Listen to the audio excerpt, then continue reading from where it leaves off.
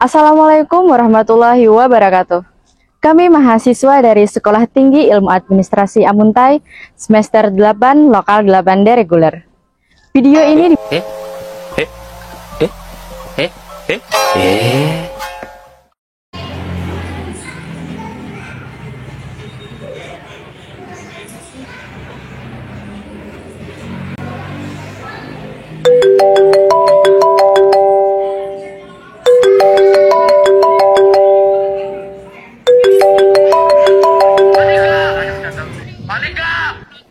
Paniklah masa enggak.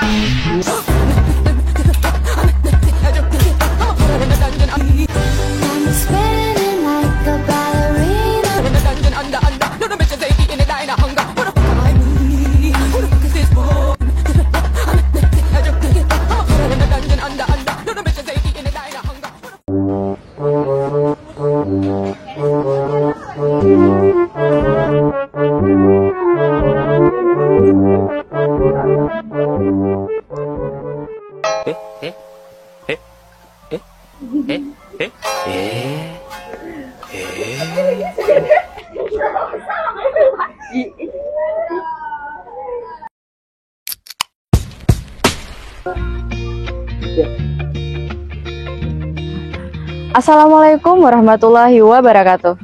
Kami mahasiswa dari Sekolah Tinggi Ilmu Administrasi Amuntai, semester 8, lokal 8D reguler. Video ini dibuat untuk memenuhi tugas mata kuliah Reformasi Administrasi Negara dengan dosen pengampu Bapak Fahri Esos, MAP. Di sini saya sebagai moderator akan memandu video presentasi pada kesempatan kali ini. Untuk lebih lanjut, izinkan kami memperkenalkan diri terlebih dahulu. Let's go! Saya Ahmad Supian Asaure, NPM 1921068662.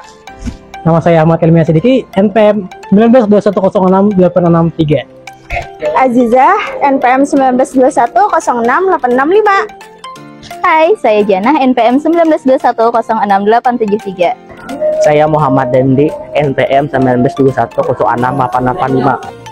Saya Nurjannah, NPM 1921068894. Saya Yida Antari dengan NPM 1921068999. Saya Sapitri sebagai moderator NPM 1921069902. Saya Yulida Rahmini, NPM 1921069909. I got so much motherfucking design on right now. Tata laksana. Tata laksana mengacu pada cara-cara pengelolaan dan pengaturan sistem pemerintahan dan administrasi negara. Beberapa aspek yang termasuk dalam area tata laksana reformasi birokrasi antara lain. Yang pertama, pembaruan struktur organisasi pemerintah. Yang kedua, pengembangan kebijakan dan perencanaan strategis. Yang ketiga, pengawasan dan pengendalian. Yang keempat, pengembangan sumber daya manusia. Pembaruan struktur organisasi pemerintah. Pembaruan struktur organisasi pemerintah adalah proses melakukan perubahan dan penyegaran terhadap struktur organisasi pemerintah untuk meningkatkan efisiensi, efektivitas, dan kinerja pemerintah. Pengembangan kebijakan dan perencanaan strategis. Pengembangan kebijakan dan perencanaan strategis adalah proses merumuskan, mengembangkan, dan melaksanakan kebijakan serta strategi yang akan digunakan oleh suatu organisasi atau entitas pemerintah untuk mencapai tujuan yang telah ditetapkan. Pengembangan kebijakan dan perencanaan strategis meliputi langkah-langkah berikut. 1. Analisis situasi. 2. Penetapan visi dan misi. 3. Penetapan tujuan dan sasaran. 4. Analisis kebutuhan dan identifikasi kebijakan. Dan 5. Perencanaan strategis. Pengawasan dan pengendalian. Pengawasan dan pengendalian dalam tata laksana area reformasi birokrasi merupakan dua aspek penting yang berperan dalam memastikan implementasi yang efektif dari reformasi birokrasi. Berikut adalah penjelasan tentang pengawasan dan pengendalian dalam tata laksana area reformasi birokrasi. Pengawasan. Pengawasan adalah proses pemantauan dalam evaluasi terhadap kinerja dan kegiatan yang dilakukan dalam rangka reformasi birokrasi.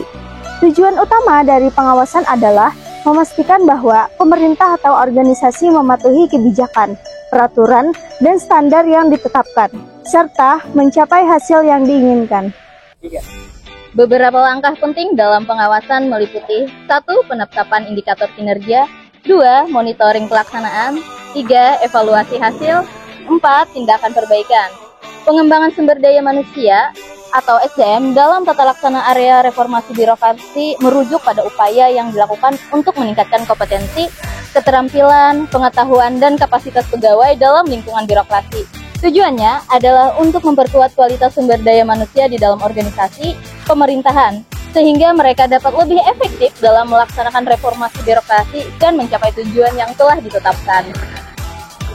Berikut adalah beberapa aspek penting yang terkait dengan pengembangan sumber daya manusia dengan tata laksana evaluasi. 1. Integrasi kebutuhan perkembangan.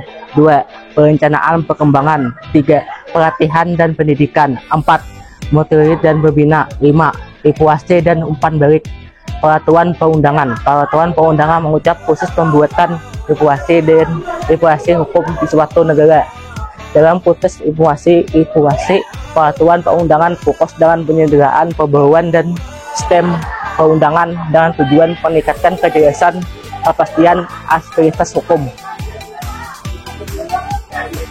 Beberapa langkah yang dapat diambil dalam area peraturan perundangan adalah: yang pertama, evaluasi dan konsolidasi peraturan; yang kedua, pembaruan proses pembuatan undang-undang; yang ketiga, peningkatan kualitas peraturan; dan yang keempat, pemberdayaan lembaga penegak hukum.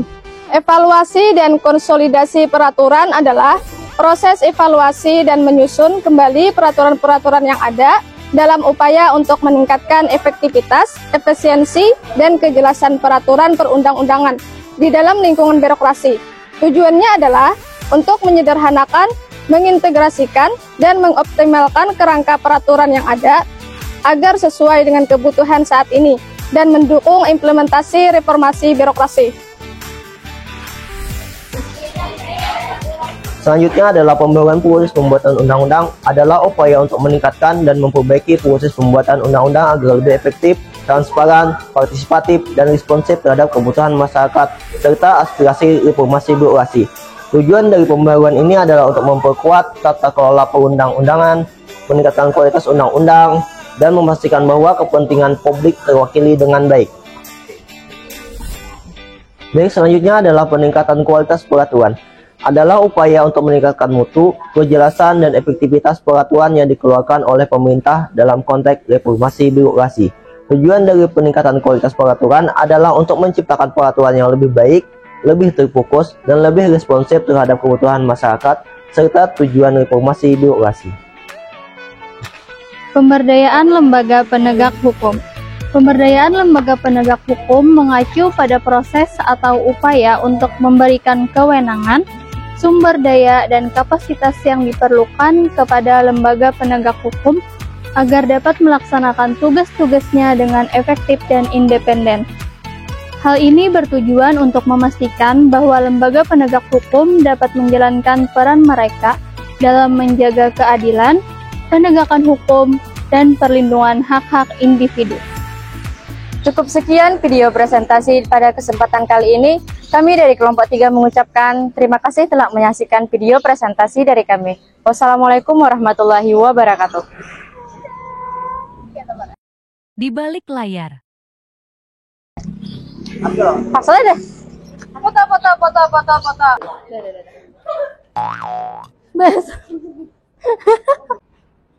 Assalamualaikum warahmatullahi wabarakatuh. Kami mahasiswa dari Sekolah Tinggi Ilmu.